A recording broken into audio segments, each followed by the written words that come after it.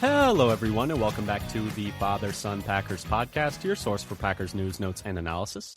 My name is Tommy, and I'm one of your hosts, and I'm joined, as always, by my co-host, my dad, Matt. Dad, how you doing? I'm doing all right. We're here for a mountain recording. We actually had a thunderstorm here, which is very strange for a West Coast summer. I mean, we'll take the rain, I guess, at this time of the year. Yeah, dog didn't like it, though. At this time of the year, at this longitude and latitude, located entirely within your kitchen. Aurora Borealis. Can I see it? No. No. But anyway, we are here today to talk a little bit about, because we're kind of in the dog days of summer, and there's not a whole lot of news going on. But we are today going to talk a little bit about the public perception of the Packers, because that's kind of been the talking point as the NFL Top 100 has come out, as the ESPN Top 10 rankings have come out.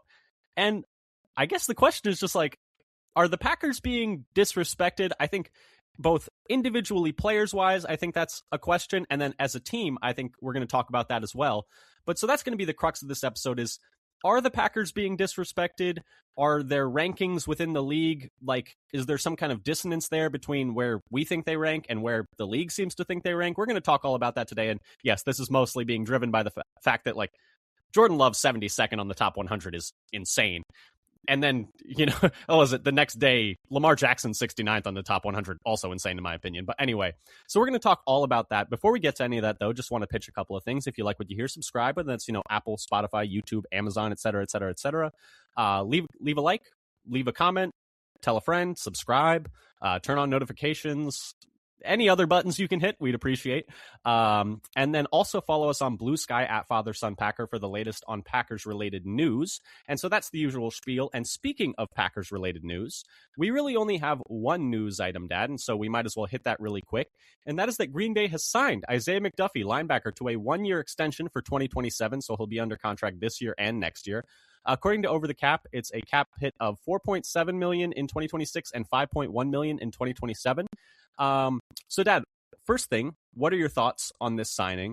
And second thing, how do you feel like this affects the linebacker room moving forward, specifically Tyron Hopper, who, if you don't remember, was a top 100 pick 2 years ago, is going into his third year.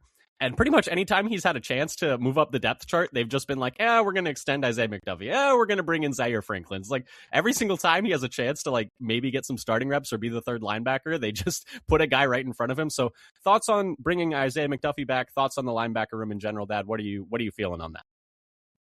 Well, I'm in favor of McDuffie coming back on its own merits. He was actually quietly top 32 linebacker last year by metric that I was putting together. I'm like right at 32. It was actually had the best year of any of the Packers linebackers last year.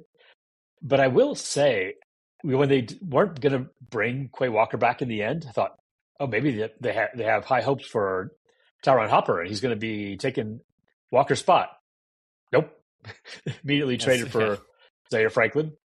And and now they're going to only two, off-ball linebackers on the field at a time.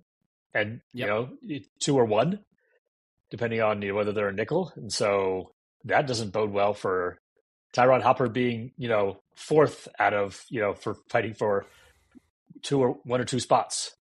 Exactly, yeah. And I agree on the McDuffie front, like, just to focus on that for a second. I mean, he's honestly been, like, he's been a team captain. And then beyond that, I mean, I feel like every time he plays, when he's, like, he's a little bit limited as a player, just like athletically, but when he's coming downhill and just like trying to make tackles in the running game, like he's like a good player, just like flat out a good player at doing that kind of stuff. So when he's like allowed to play in that role, I think there's a lot of value there. Plus the leadership in the locker room. I'm totally on board with this extension. I am just like, okay, I don't understand the like logic behind taking Hopper as a top 100 pick and then just like he just has never gotten a chance to like prove he can play. And I do feel like there were times where he has come in and I've been like, because I think both of us were a little bit lower on the pick. We didn't like the fact that he wasn't a very good tackler in college. And that was like the main thing is just like, okay, if you can't tackle in college, how's that going to go when you come up to the like the big leagues? But I do feel like every time he's played, I've been like, oh, that's like a pretty solid day from Hopper. Like he's looked okay. But I mean, I guess, either in practice, I mean, the coaching staff is seeing these guys every single day, so they have more data on these players than anyone else. So sometimes you just have to kind of give them like the benefit of the doubt that they're making an informed decision. But it is a little bit odd that he's just never had the chance, although in small spurts he's looked pretty good, but they've just been, putting guys ahead of him. But I mean, McDuffie's a solid player. I don't mind this at all.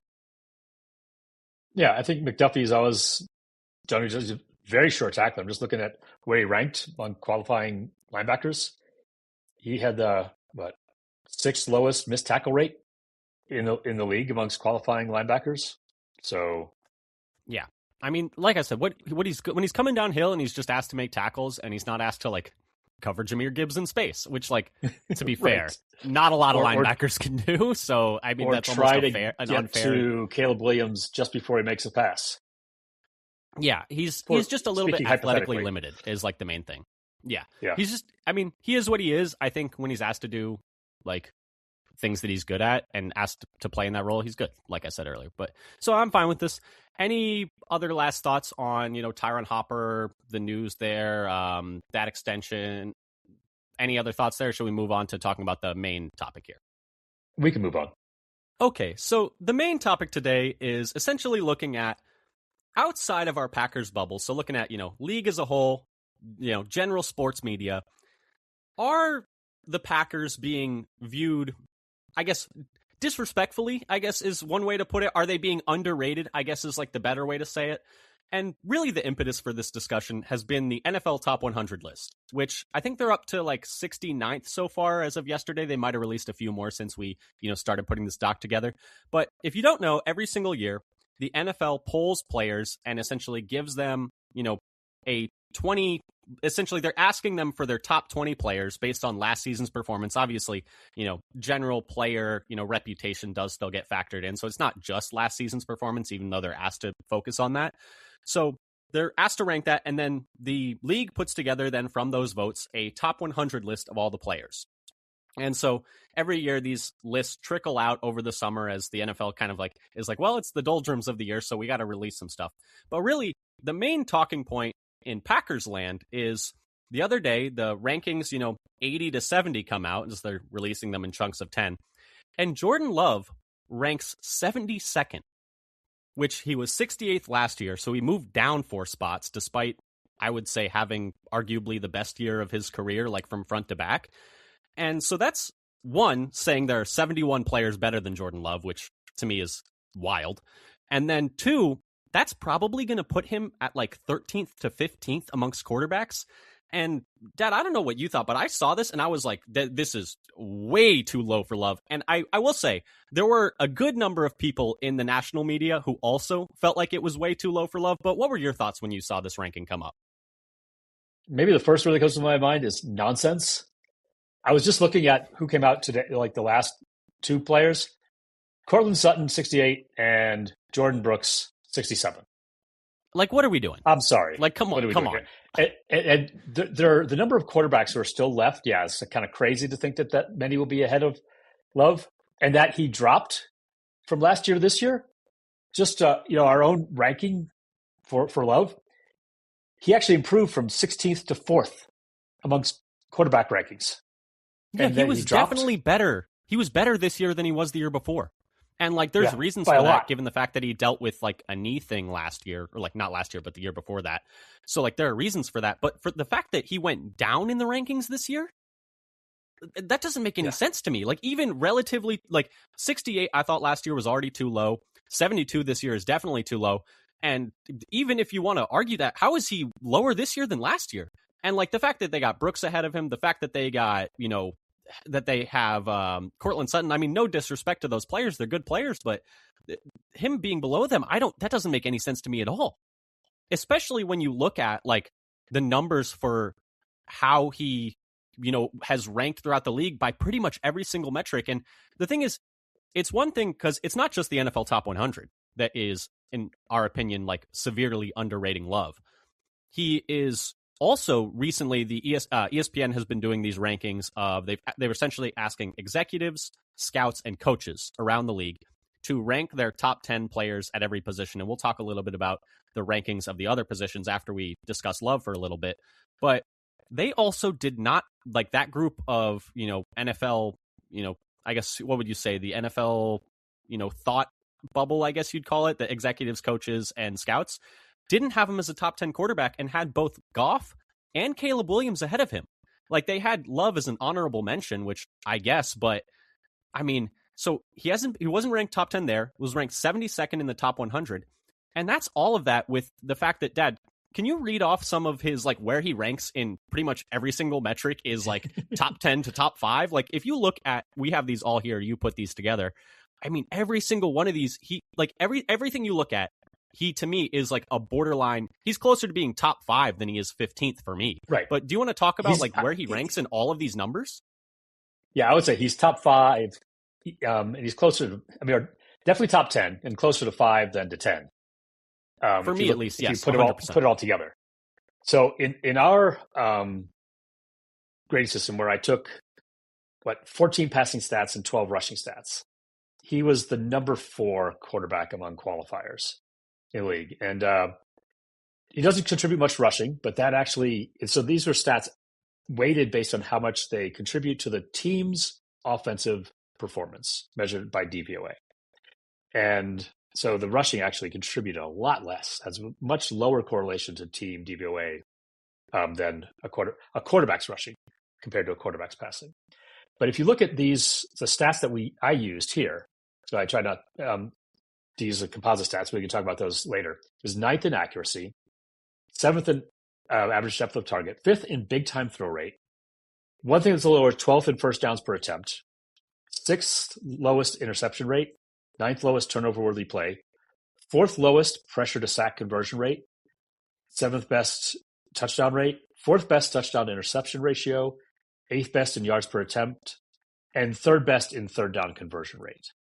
Yeah, and I just want to take a quick second to focus on the 6th lowest interception rate and 9th lowest turnover-worthy play rate, because I feel like part of the discussion on Love is just like kind of divorced from those facts, and divorced from reality, exactly, because a lot of people will be like, oh, he's a big play hunter, but he's going to, put the ball in harm's way. The numbers do not bear that out. The numbers do not bear out that he is putting the ball in harm's way very much. Yes, there are some interceptions that look bad, that like don't look great when you like aesthetically see them, like the one against the Panthers where he kind of throws it up.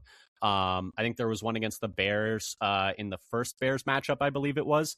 But overall, he is avoiding negative plays as shown by the low interception rate, low turnover-worthy play rate, and low pressure to sack conversion rate, while still hunting big plays, 7th in ADOT and 5th in big time throw rate, and then also also accurately 9th in accuracy and also converting third downs, like consistently moving the chains with what I would say is, and we'll talk about this a little bit later, of like, are the Packers being underrated? I think the only group that on the Packers that is not underrated is the offensive line. The offensive line was really bad last year, which we've talked about a lot, but a lot of places, like, you'll see they'll be like, oh, the Packers offensive line, they always put a good offensive line together. It's like, maybe that was like the deal a few years ago, but recently has not been the case. But you had all those numbers, and then he was also 2nd in EPA per play, 7th in success rate, and 3rd in completion percentage over expectation.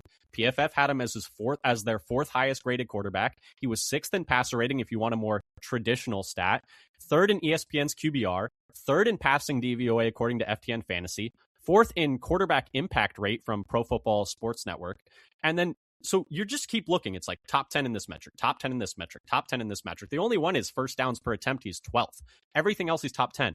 And so I just don't understand how you can look at all that. And then also, he's coming off of playoffs where he went, yes, the Packers lost, but he was 24 of 46 for 323 yards and 4 touchdowns while taking only 1 sack, despite the offensive line playing terribly. The 1 sack is not an offensive line stat, I'll tell you that.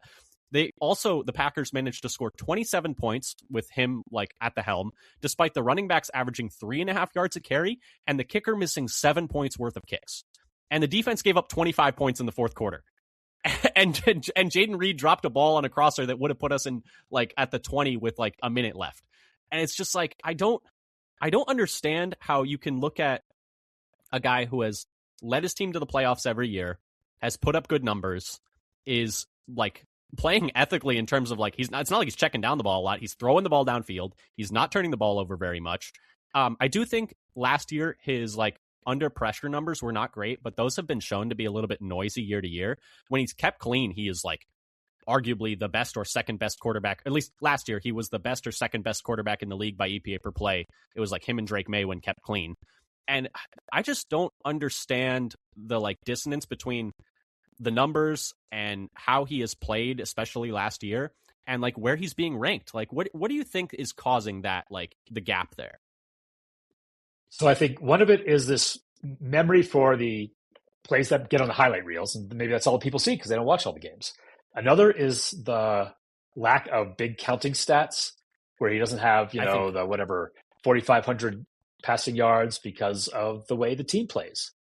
I think that is 100% correct. I think it is a lot because the highlight thing I agree with, but also like some of his highlights are sick. Because he throws the ball downfield. Maybe they don't show those as much.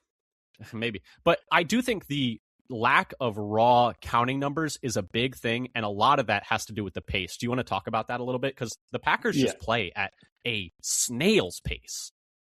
Yeah, so part of it is because of the slow pace and the lack of counting numbers also affects his fantasy ranking, which people give a crap ton of weight to in their, the collective consciousness, I guess, about who's actually good. It's like, okay, who do I want to draft? Who's going to produce a lot of points?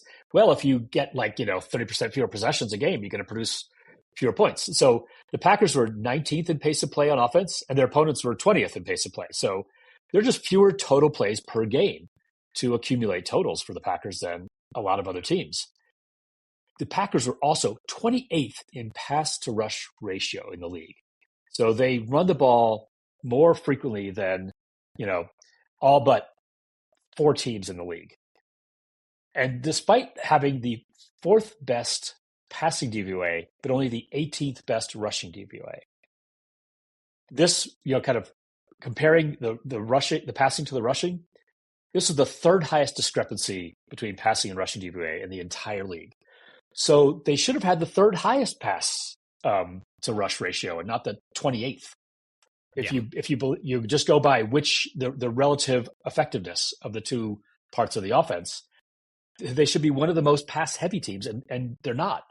So you can blame LaFleur for that, and also the pace, because they take forever to decide to play, takes forever to call into plays. They're always the clock is always running the clock down. People used to blame Aaron Rodgers, but it was the two of them together, Rodgers and LaFleur. And so I was going to say Rodgers definitely also had something to do with that, because he also likes to play it really slow, but it seems to be a LaFleur thing too. And I just don't understand, because I also saw, I will say, some people have looked at this and are pointing it out as well in terms of the Packers pace. I think it was Brett Coleman was talking about about Jordan Love's numbers. And he's one of the main reasons is the Packers have 10 drives a game, and it's one of the least in the league. And for an offense that's as successful as it is, usually you see those low drive numbers. It's because you're having to punt a lot and then you're not able to get off the field on defense. It's no, the Packers have a good offense. They're getting first downs, and they're still only 10 drives a game. And it's do you think there's any chance that we see a change in philosophy, or do you think it's going to be more of the same this year? We've had so many chances to change this philosophy in terms of the pace of play. I think there's more of a chance of changing the philosophy in pass to run ratio. Well, I think a change in pass to run ratio will lead to a change in pace, just because the clock won't be running as much. Then, in terms of game clock, it should change that a little bit. That's also true. But they just it kind of drives me crazy, because they should be trying to push the pace. Yes, because they should be trying to. Mm-hmm. You want to extend the number of drives. If say your delta per on an offensive defense and defense pair of drives, if it's only 0.1, it's a tiny amount. Or if you're on the downside, if you're actually trailing in alternating drives, then you want to slow the pace down so that say you give up a 10th of a point per drive. Well, then if there are only 10 total drives, then that gives room for a random, kick return or random interception or bounce of a ball. And so you're praying for that as the underdog. But when you are an offensive powerhouse, you should be trying to increase the number of drives so that there is less chance for a random screw up by special teams, for example. Yeah. Because if you in a lower possession game, like we've talked about this before, and you've talked about this before, it's like when there's fewer possessions, a single like mistake like that has a bigger impact on the game. It's just a larger impact because there's less chances for you to get those points back. And I think when you're an undermanned team, like this, I feel like this is actually kind of what the Steelers have been really good at doing for years, and why they always went above 500 with Tomlin, is they would just grind it out, low possession games. It's like, yeah, we don't have the best offense, but our defense can hold them to field goals, and then we'll get one turnover, maybe two. And in a game where there's only 10 possessions each side, those two turnovers are 20% of the possessions, and we'll score off of those, and then we'll win. But when you're a team like the Packers, who has, in our opinion at least, I guess not in some people's opinion, a top 10 quarterback, and you have invested in pass catchers, and you've invested the running back position, and you have an offensive play caller that, you know, is widely considered to be, if not a top 5 play caller in the league, a top 10 play caller in the league, why are you not being more aggressive? But anyway, we are getting a little bit off topic here. Let's go back to Love for a little bit, because I think I did want to say one more thing. Okay, go ahead. Kind of related to this, and you touched on it. He's putting up all these great numbers. And the offensive line last year graded somewhere around like 28th in the league, as opposed to, you know, other quarterbacks having the benefit of playing behind really good offensive lines. So even with a crappy offensive line, he's still top 10 in almost everything. Yeah. And that's the thing. It's like, I do think part of it is the O-line is being overrated a little bit, just because it has like it's almost like the helmet scouting, where it's like, oh, the Packers always have done a good job having an offensive line. It's like, well, you know, yes, in the past, not recently. And I think until they changed the philosophy. Exactly. Until they were like, what if we just stop doing what's been working for years and start drafting big guys for no reason? But anyway, I do think Love is being widely underrated, and I am looking forward to this year, we'll say. I think the follow-up to this is, are the Packers as a whole being underrated? And I will say, actually, for the Love thing, just one last thing. There are people who have been like, oh, this ranking is way too low for Love, or because like Mina Kimes on ESPN for the top 10 list was like, I am shocked to not see Love in the top 10 here. Like she was like, I don't understand that at all. And then on the top 100 list, her and I can't remember, it might have been Ted Wynn of The Athletic. I'm not 100% sure on that, but a couple other people were like this is way too low for Love. There are not. I think it was also Charles McDonald also had, you know, was like Love should be higher than this. But so there are people saying that this is like too low for Love, especially in the context of the top 100 list. For the Packers as a whole, though, I guess the follow-up question is, are the Packers as a whole being underrated? Because the other top 100 list, like players who have made appearances, Xavier McKinney was 70th, which dropped him down 40 spots. He was at 30th the year before, so he dropped down. Josh Jacobs fell from, I think, 33rd last year down to 74. And then Micah has not been ranked yet, and no other Packers have made an appearance.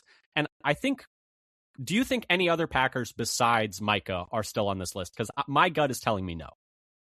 I don't think there will be. I think the ones who are candidates, so Tucker Kraft should definitely be on this list. But with seeing some of the people they're putting in the 70s, I don't think they're going to put a tight end, you know, who's had his first breakout year. But exactly, first breakout year, and it was only 8 weeks. I can hear the argument there. I think if he had played the whole season, he would 100% be in the top 100. Sorry, but like I'll hear the argument for not having him on just because it was a small sample size. Right, that's the case of he would be lower ranking just on last year's performance because it wasn't the full year. But if you're talking about who the best player at their position is, last year he was number one amongst tight ends in receiving grade from our composite ranking, and other rankings have them really high as well.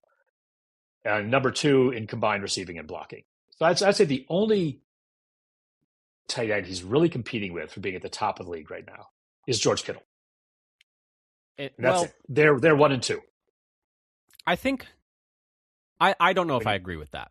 If you if you're talking blocking and receiving together, I think it's interesting because I think Bowers is, I think, a better blocker than he gets credit for, and he's just on a really bad team where he's the only pass catcher. So like he has to run a lot of routes. But I'll hear the argument. Yeah, I think that's fair. And I will say Tucker Kraft was ranked like decently high in the ESPN's ranking of tight ends. I think they ended up having him, if I have it right here in front of me, they ended up having him, let's see, I can pull it up. They ended up having him 6th.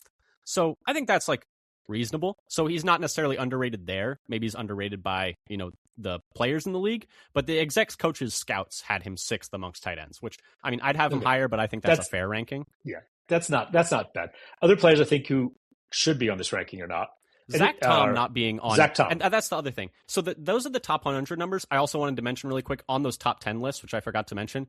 The only ones that made an appearance were Kraft, Micah Parsons, and Edgerrin Cooper were the only 3 that made an appearance on the top 10. He was 9th amongst off-ball linebackers. They haven't done safeties yet, so McKinney probably will be. But so that's a fair one. So probably those 4. But so the other guys didn't. So I do think it's interesting. Zach Tom not being ranked amongst top tackles, not even being an honorable mention, and not being on the top 100, I think is crazy because by our metrics, he's been essentially a borderline top 5 tackle throughout the last 3 years, right? Yeah. So last year he was 7th best, and that was with having that oblique for part of the year that he was playing with, and then he missed the last 5 games of the year, which people don't pay him enough attention to. Is like, yeah, they didn't win any game in the last 5 years. They're missing their top tight end, top offensive lineman, top defensive player, top interior defensive player. But yeah, so Tom was also lost to that same Denver game. So last year 7th best, 2024 he was 5th best, in 2023 he was 5th best. And that's amongst all tackles, not just right tackles. So he should be getting more respect and more national recognition than he does. And so that's a grading system based on like 14 blocking stats that are all compiled together and weighted by what's most important to the team performance. Yeah. Another player you can also see. Well, I was going to say for Tom. Oh. You can also see when he's not playing, like the way the offense falls apart when Zach Tom is not out there. I think is like another testament to just how important he is as a player for like the entire team. I mean, I think we should do at some point a ranking of the 53 players on the Packers roster. I mean, he's top 5 for me. Like he's one of the most important players on the team. Every single time he doesn't play, it's like, okay, we can't do anything. Yeah, I mean, in part because he's like the best offensive lineman by a country mile. Yeah, exactly. And so I think he's being underrated. Love's being underrated. And then, sorry, you were going to say another thing about another player? Well, I think I don't expect him to get on this list this year, but Christian Watson doesn't get enough national recognition. So he's not going to make it this year because it's like, again, it's his first real breakout year, and he only played. That's the thing. He just hasn't played enough snaps, I think, because like the efficiency stats are like really good. But I think when you have a small sample size like that, I think they're going to be a little bit better than maybe they would be if you put him to a whole season. And so I think if he does what he did last year for a whole season, I mean, he's going to be like in the top 40. Yeah, but he also won't have, unless they change the philosophy, quite the counting stats. But I think he'll get over 1,000 yards pretty easily. But he was the number 5 graded wide receiver behind Puka, JSN, Amon-Ra, and George Pickens. The only ones who graded ahead of him for the season. Yeah, and so it's like, I think that's like one of those ones where it's like, I think he's almost in some ways benefiting from the low passing numbers, where it's like the denominator on a lot of these is so low that he's getting a little bit of a bump. But at the same time, I would say the only reason that would be the case is if you get like some small sample noise. And that's what I'm wondering about, because he is such a, like, he gets so many deep targets, which also is like a testament to how good he is as a deep threat. But I think if he was used a little bit more in like a full 3-level way, I think some of these advanced numbers might be a little bit worse. I don't know. What do you think? It is true that the efficiency metrics really like deep ball targets. Those contribute a lot, but when that happens, it's because they're contributing a lot to team success. They turn out to be important. being good at that is actually important for the team's overall success. Yeah, I think the So question to me maybe is people like, who do that should be getting a little more, of a reputation yeah, with but I respect. guess the question to me is like, and we're getting on a little bit of a tangent, but that's it's Yeah, July, it's the it's the summer. season for Yeah. tangents. Exactly. I was going to say Watson compared to Alec Pierce, because Alec Pierce in a lot of ways has a very similar profile to Watson, wouldn't you say? Yeah, so they do end up kind of similar in a lot of things like that depth of target, the yards per reception, but Watson's overall numbers were significantly better. Let's see, I can tell you how In terms of his like rate statistics, because overall, like volume wise, Pierce is a good chunk ahead. he was in part because of having the whole. But Pierce is good too. No, I guess it depends how good you think Pierce is, because I'm not as high on Pierce Well, I as I should say think you are, but I'm higher he on graded Watson. well. Yeah. But like Watson, I'm Pierce, the, higher on, but I think that some of the, like, it's similar to Pierce for me, where some of the advanced metrics are maybe a little bit inflated just based on the role that they have and the way that they're used. And so I think I guess what I'm saying is, I think there is a world where Watson, based on like what we're looking at and how we feel about him, has a better year this year than last year, but his numbers, like advanced numbers, are not as good. I don't know. Do you see it that way? yeah, there's a good chance his efficiency numbers won't be quite as good, but he'll contribute more total. Yeah, in the numbers I'm using, the only thing that I'm using that's not an efficiency number is like yards per game is included, but everything else is sort of a per snap efficiency basis. Yeah, But yeah, and so so Pierce, for example, for comparison, was 12th. yeah, but but I guess my point is like I think I'm excited to see Watson this year, and I think he's like, just to go back to the is he being underrated? I think is no, because it's been such a small sample size, and his career has frankly been very stop and start, where it's like, ooh, start of his like rookie year, not great, had that big drop, then closes his rookie year fantastically, has that amazing game against the Cowboys, then deals with injuries for a few years, then comes back and looks really good, but then tears his ACL, and then misses the first half of last year, but then comes back and looks really good. And I think if he could just have like 16 games in a row, like I think he would be ranked higher, and then he would also deserve to be ranked higher. But I understand why he's not there. Edgerrin Cooper, I want to move on to him next, because he was ranked 9th amongst off-ball linebackers in terms of, from ESPN, the execs, coaches, scouts one. But also, there aren't that many off-ball linebackers in the league right now. It's like a weaker position group, I would say, right now. Maybe weaker than it's been in the last, like, 25 years. It's like they're only a hand, like maybe 2 or 3 elite guys right now. And Cooper, I think, was much better as a rookie than last year. Is that fair to say? Yeah, I had him as a rookie. He was 3rd overall. I think Zach Bond was 1st, and then he had a big drop off in terms of his efficiency production, as it were, to 44th is actually much more of a drop than I expected. So that is something that I think part of it is the role. Maybe didn't have enough opportunities to make big splash plays, but it also includes things like yards given up per snap Well, count and tackle per snap, and how much you're impacting the game. we were talking about this earlier. I think it's one of 3 things. Sophomore slump, because that happens. There's a little more tape on you. Other teams know what you're good and where you're as good at, what you're not as good at. Sophomore slumps are very real. 2 is Anthony Campanile leaving kind of made the linebacker room as a whole play worse, which, seeing what he's done in Jacksonville as the defensive coordinator there, so if you don't know, Campanile was the linebacker coach with the Packers 2 years ago, and then last year he got a promotion to go be the DC with Jacksonville, and they had probably their best year on defense that they've had in several years, and Devin Lloyd had a career year and got paid, et cetera, et cetera. So he clearly knows what he's doing with the linebackers. And then 3 is just the plays weren't necessarily there for him as much, and it's just kind of a random noise thing. That's like 3. So if I was giving you those 3 options, I mean, you're the big Campanile guy, so I know what you're going to say, but what would you rank those in terms of likelihood?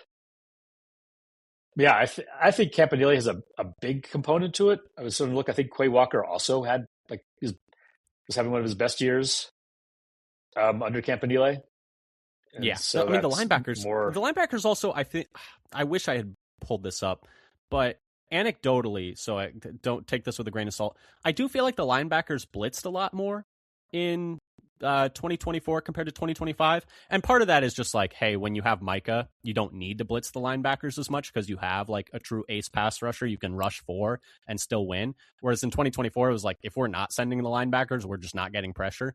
But I think Cooper benefits from the ability to be used more as a blitzer, and I think he was maybe not used that way enough in 2025.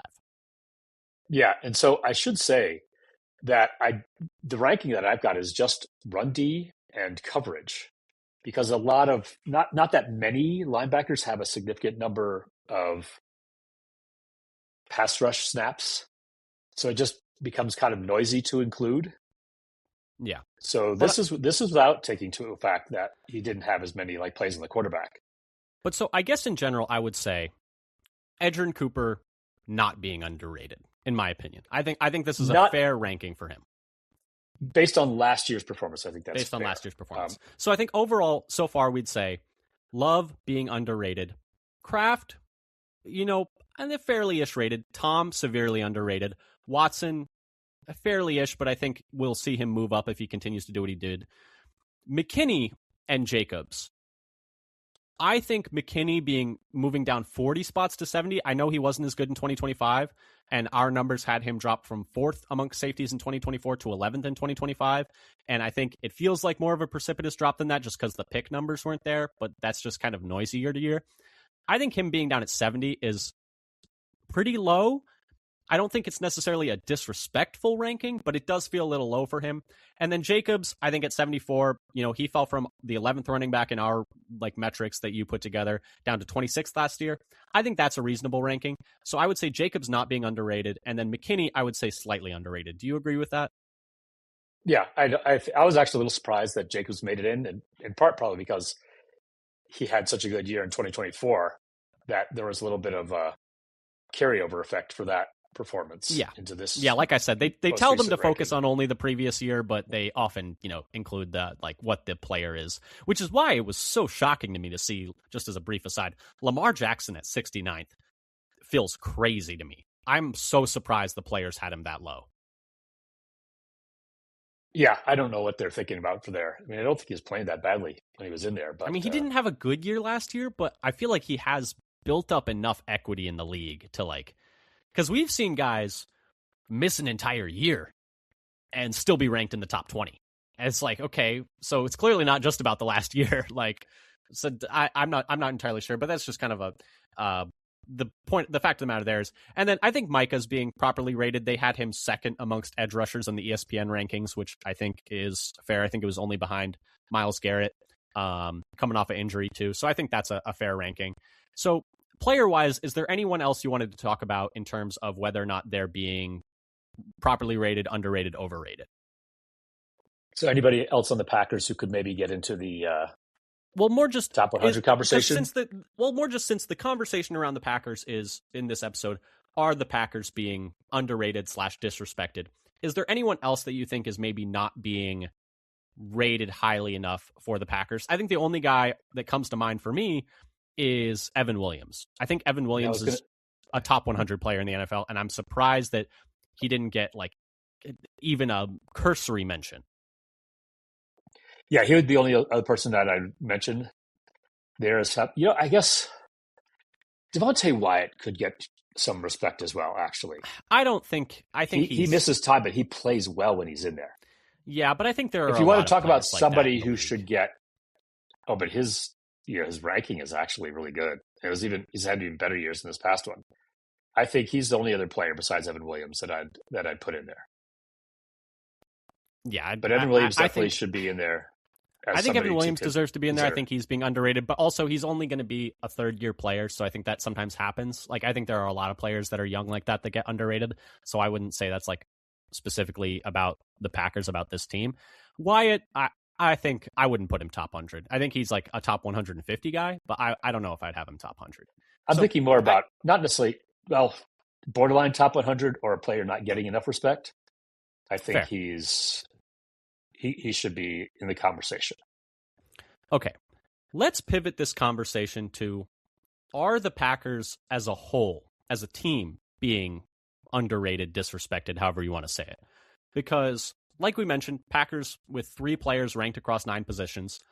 But as a team right now, Super Bowl odds, so this is per FanDuel, the Packers are 14th overall, behind teams like the Chargers, the Bengals, some other teams like that. ESPN has them ranked 10th. This was like a conglomeration of writers put that one together. They have them as the 10th ranked team. And then Mina Kimes' show recently has had 2 guests on do rankings for the coming season. Ryan Clark had the Packers 15th, and Brandon Perna had the Packers 13th. So my question to you, is the team as a whole being underrated? Or, counter argument, we have gotten the 7th seed in the NFC like several years running, and that would be about the 14th best team. So I guess, what are your thoughts on that, giving you all that information? Yeah, I guess everybody could just point to, well, they were somewhere around 13th or 14th best the last couple of years. But also you think about the wave of injuries they had last year, and that before that they were in competition to be one of the top 4 teams in the league before they lost. Take me back to the first half of that game against the Broncos. Take me back to that, because that was, I was feeling on top of the world. I was like, wow, we are just beating the crap out of Denver in Denver.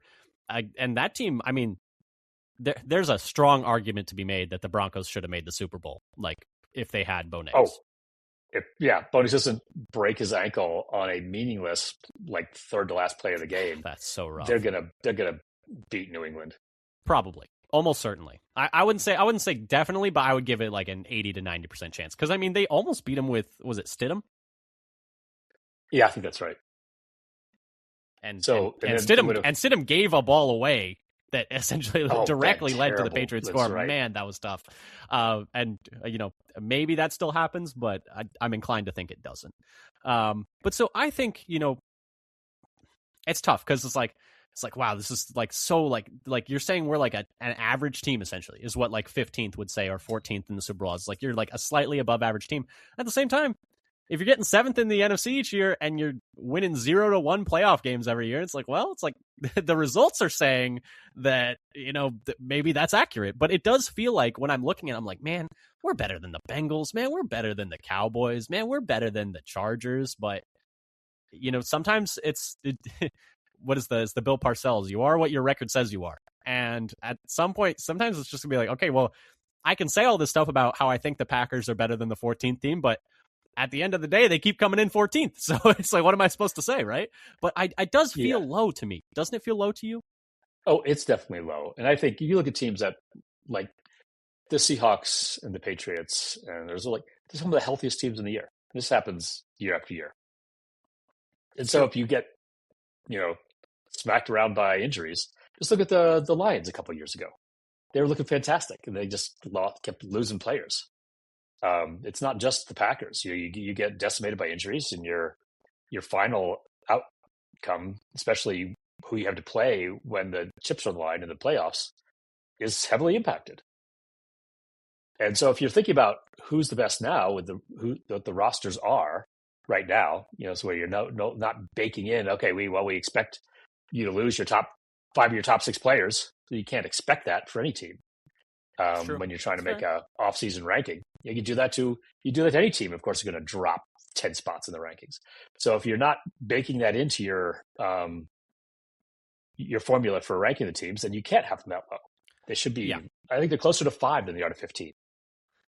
5 is tough. So, okay, I'm gonna just as a little exercise, since we're doing okay on time here, I'm gonna list you the Super Bowl odds leaders, and I'm gonna ask you if you think the Packers are better or worse than this team. Does that seem fair? Sure. Okay. Number 1 odds right now per FanDuel for the Super Bowl odds is the Rams. Do you think the Packers are better than the Rams? So how much credibility do we lose if I say the Packers are better? I'm going to go with no. We're going to go with a strong no. Strong no. Do you think, especially if Aaron Donald's he's like working out with goodness. If Aaron Donald comes back and is even 80% of Aaron Donald, that team is going to be a nightmare to deal with. And they already are a nightmare to deal with. I mean, you essentially took a team that was very clearly the second best team last year, and like neck and neck with Seattle. Like those games were very close. And then Seattle beat the crap out of everyone else. So it was those 2 teams. And then you took that Rams team and you added you traded a first for Trent McDuffie, who is like one of the better corners in the league. You added the other Jalen Watson, the other Chiefs corner, who is also a very, I would say top half of the league starting corner. And then you had Myles Garrett, and then you might also add Aaron Donald. And it's like, yeah, the defensive player of the year with that, yeah, and one of the best defensive players of the generation, who just broke the sack record. And it's like, oh man, that team's going to be a wagon. So not better than the Rams. The next highest is the Bills. Do you think the Packers are better than the Bills? Yes. Okay. I think yes as well. I think their defense is better than the Bills' defense. I am not a Gannon believer, so we'll see. But I think the Bills... And I think their offense is just as good. I would say the Bills' offense is better. I mean, Josh Allen is just like... I think, to me, Josh Allen's like already a top 12 quarterback all time. I think he's like an all-time guy. Yeah, I think he's a top 12 quarterback all time. I think he's underrated, even as great as he is. I think he's underrated. I still think Mahomes is better, but I think he's underrated. So I think it's close. I also think the Bills' offensive line is so much better than ours that it's like not even funny. And so I would take the Bills' offense over the Packers' offense. I think our defense should be better than their defense, but I'm not a huge Gannon believer. I would take the Bills, but I understand why you would say the Packers. So, because I think overall depth, I think the Packers have a better receiver core. Packers have better tight ends. Packers have a better pass rusher when Micah comes back. Like assuming he comes back and plays a full complement of snaps and looks like Micah last year. So I'll give you that the Packers are better than the Bills. The Ravens. Oh, Packers. Okay. I don't think that was particularly close. Really? Not close. Okay. I think it's very close. But the Seahawks. The Seahawks are bad. Okay. The Chargers. Oh, Packers. Okay. The Chargers never. I mean, the Packers are getting dinged for, underperforming. The Chargers having the fifth best Super Bowl. Having the fifth best Super Bowl odds feels kind of high to me, at least to me. Yeah. All right. The Niners. Yeah, that's interesting. One's close. I think I'd take the Niners because the Niners were better last year with more injuries, or the same amount of injuries. They also hit hard by injuries. I don't know if they were better last year. Their offensive line is one more games. They've got the best pair. They won more games in a harder division. I think okay. would be my argument there. So they have the best pair of tackles in the league based on our grades. So through 6, we have 3 teams higher, 3 teams we think the Packers are better than. The Chiefs. I think the Packers are better than the Chiefs, even with Mahomes. Yeah. The Lions. I think the Packers are better than the Lions. Packers are better. I think the Lions are actually on a downslide. I was surprised to see them ranked so highly because the Lions are ahead of the Patriots, the Eagles, the Texans, the Broncos, the Bengals, and the Packers are the next handful of teams. Yeah. And I would not have had the Lions ahead of the Patriots, the Texans, or the Eagles. I think the Broncos, Packers, Bengals, I think it's close. And I think the Lions will have a bit of a bounce back year because they did have a good amount of injuries, but their defense is a lot of question marks. But anyway, we can keep going down this. The Patriots, I think they're on a slow decline with their offensive line and other things going south. I don't think they're that high anymore. But through 8 teams, we have the Packers 5th. Would you say the Patriots or the Packers are better this year? Patriots did make the Super Bowl last year. I feel like you have to give them a might have to go there. with Patriots there. Yeah. Okay, so through 9, we have the Packers 6th. The Eagles, I mean, we can't beat the Eagles, so I feel like I have to put the Eagles ahead. We seemingly cannot beat them, so I kind of have to put the Eagles ahead. And then the Texans, Broncos, Bengals. Do you think any of those teams that the Packers are better than? I'd have the Texans ahead of the Packers. I have the Packers ahead of the Bengals, and I think I have the Packers ahead of the Broncos not too. Very good. I think the Packers are better than the Broncos. I feel like the Packers Broncos are pretty even. We were beating them pretty soundly before we got hurt. So I don't know. In their place. Yeah. So I would say amongst the 1, 2, 3, 4, 5, 6, 7, 8, 9, 10, 11, 12, 13 teams that are currently ranked ahead of us for Super Bowl odds on FanDuel, I would say we're better than 1, 2, 3, 4, 5, 6 of those teams. So I think we're closer to 7th. Half. Yeah, I think we're closer to 7th than 13th or 14th, wherever that is. But so when I said the counter argument is we keep coming in 7th in the NFC. So at some point you got to actually put up or shut up. But you are agreeing with my earlier assertion that the Packers are closer to 5th than they are to 15th. I think when I think about the team, yes, but then every year they come out and we go 9-8, and we come in 7th. So it's like, all right, like I can think that as much as I want, but I would like to see it, translate. I think the thing is we can play our ceiling is that of like a top 5 team, a top 4 team any day. I think there's not a team out there except for I don't think there's a team out there where we can't go out there and compete. And like we could beat any team. But the issue is we could also lose to any team, as evidenced by last year. This goes back to the early offseason discussion about, is LaFleur the right guy to keep for the job? Yeah, it's a fair question. And I think, looking at the other options from earlier in the offseason, I think it was the right call, but I think that's going to end up being a sliding doors moment. And we're going to look back on this in 2 or 3 years. And I think we'll have our answer in 2 or 3 years. So overall, I think just to kind of put a bow on this, wrap things up. Is there anything else you wanted to say about the team as a whole? We didn't talk about special teams. Okay, we're done. We're done. Okay, cut it. Cut the feed. All right. So I think overall, in the search for our question about whether or not the Packers are underrated, I think very clearly Love is being underrated. I think having him 72nd, having him outside of the top 10 in the quarterback lists is really surprising to me. I think as a whole, though, I think the Packers are being fairly rated just based on, what they have actually done on the field the last 2 or 3 years has been